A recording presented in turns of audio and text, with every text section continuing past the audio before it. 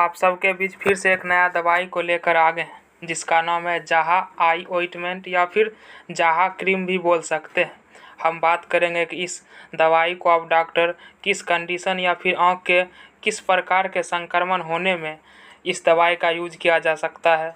इसमें जो मिला हुआ कंपोजिशन है एजिथ्रोमाइसिन, इसका क्या काम है हमारे आँखों में और किस प्रकार के बीमारी होने पर डॉक्टर इस दवाई को लिखते हैं, इसका साइड इफ़ेक्ट क्या है, इसका बेनिफिट्स क्या है, इसका प्राइस क्या है, इसे किस कंपनी के द्वारा बनाया जाता है, इन सभी चीज़ों के बारे में बहुत ही अच्छे से जानकारी देंगे। तो आप लोग वीडियो में बने रहिए। यह 5 ग्राम का पैक आता है और इसका प्राइस आपको 137 रुपये में किसी भी मेडिकल स्टोर पर मिल जाएगा और इसे एक अच्छी कंपनी अजंता फार्मा के द्वारा बनाया जाता है। जाहा क्रीम की यदि हम बात करें तो यह आँखों में होने वाला जीवाणु संक्रमण यानी हमारे आँख में अब जब बैक्टीरियल इन्फेक्शन हो जाता है या फिर आँख में एक और बीमारी होता है जिसे हम नेत्र सेलेस्मा शोथ या फिर ट्रेकोमा नामक बीमारी भी कहते हैं, तो ये 3-4 प्रकार के जो बीमारी है हमारे आँख में होने पर इस दवाई का यूज करने की सलाह देते हैं।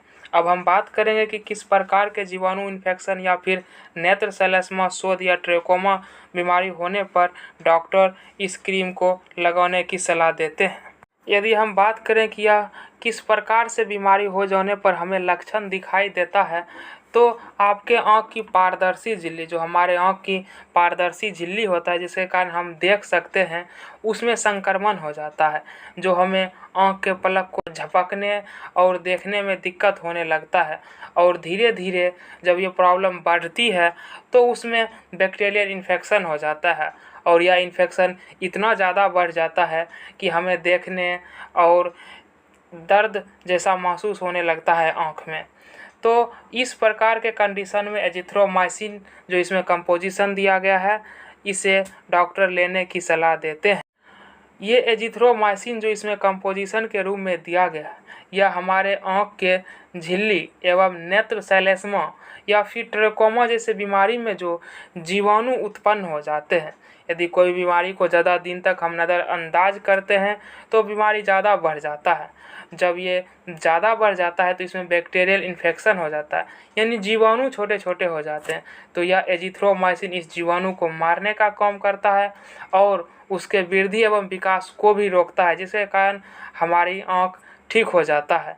तो इन सभी प्रकार के कंडीशन यानी मुख्य रूप से आपके आँख में बैक्टीरियल इन्फेक्शन हो गया है, नेत्र सेलेस्मा जैसा बीमारी हो गया या फिर ट्रेकोमा जैसा बीमारी हो गया है, या आपके झिल्ली में कोई प्रॉब्लम है आँख के, तो इस दवाई को आप ले सकते हैं।